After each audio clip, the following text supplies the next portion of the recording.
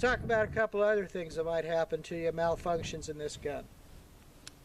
Okay, for this demonstration, we're going to put in a shot, a spent round, one that's already been shot. We're going to load it up there in the chamber. All right. Then we're going to put the magazine back in. Oh, that's only got one. Let's get the full mag. What did we do with the full mag? There it is. We're going to put the full mag in, and we're going to leave one that is right there stuck. Now that's going to simulate, and we're going to simulate what happens when your gun fails to extract the round out of there. Okay, this round is going to fail to extract. It's going to come out, so there's going to be a empty cartridge that is stuck up there. There's an empty cartridge that is stuck right in there. When the other round tried to feed, it jammed up behind it. That is a double feed. Okay, that is a double feed. Now that could happen if your extractor that's in here in the slide fails to extract that spent cartridge out. The next cartridge tries to feed right behind it, and now you're stuck. The gun will not fire. The slide is locked partially open, as you can see. This slide is locked partially open, and you cannot do anything to fix this gun except you've got to rip out the magazine. Okay, so you rip, you rack to get all the junk out, all that old cartridge out, anything else that might be in there. Maybe you got sand or dirt in there, you get all that. You put the magazine back in, and you rack a new round in, and you fire. Okay? That is a double feed. That's the worst kind of hang-up you can get, and it's caused because something doesn't eject properly. All right? Okay, let's talk about the next kind of malfunction. This would be a stovepipe, and this is what a stovepipe looks like. It looks like there's a stovepipe sticking out off the top of your gun. See that? That's a stovepipe because this round is sticking up right here.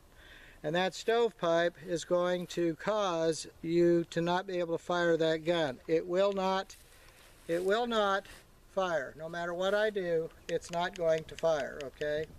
I've got a magazine in there, but because the spring, maybe the spring for the slide is weak, or maybe this round was underpowered round. Sometimes when you shoot reloads, if you didn't quite get enough powder charge in there, it'll do this. It'll have such a weak recoil that it'll get itself stuck up in there, and it will be a stovepipe.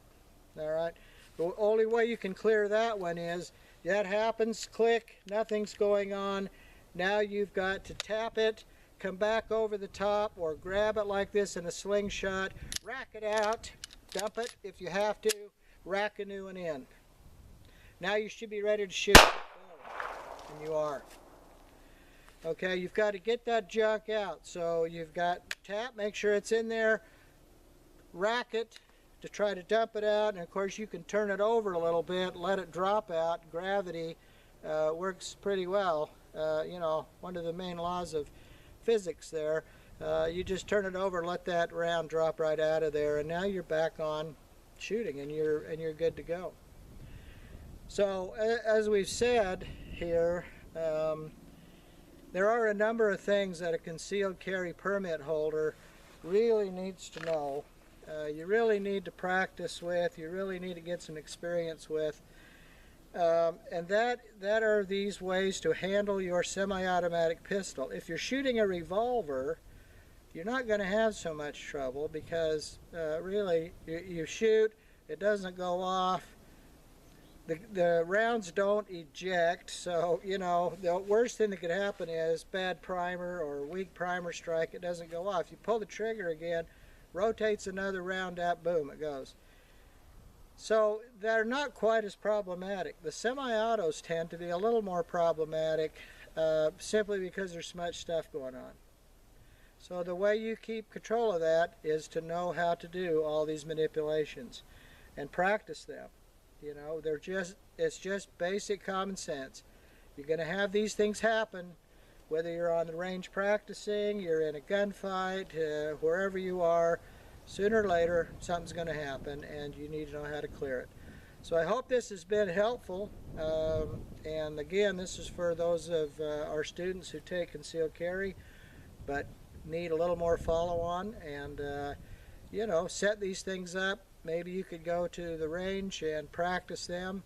Maybe you've got some property that you can go out and practice on some property somewhere, but they're a good thing to practice, and I hope you do that, and I hope that you learn how to manipulate your gun and that you conceal your gun properly and you'll learn how to manipulate it right. Thanks. See you later.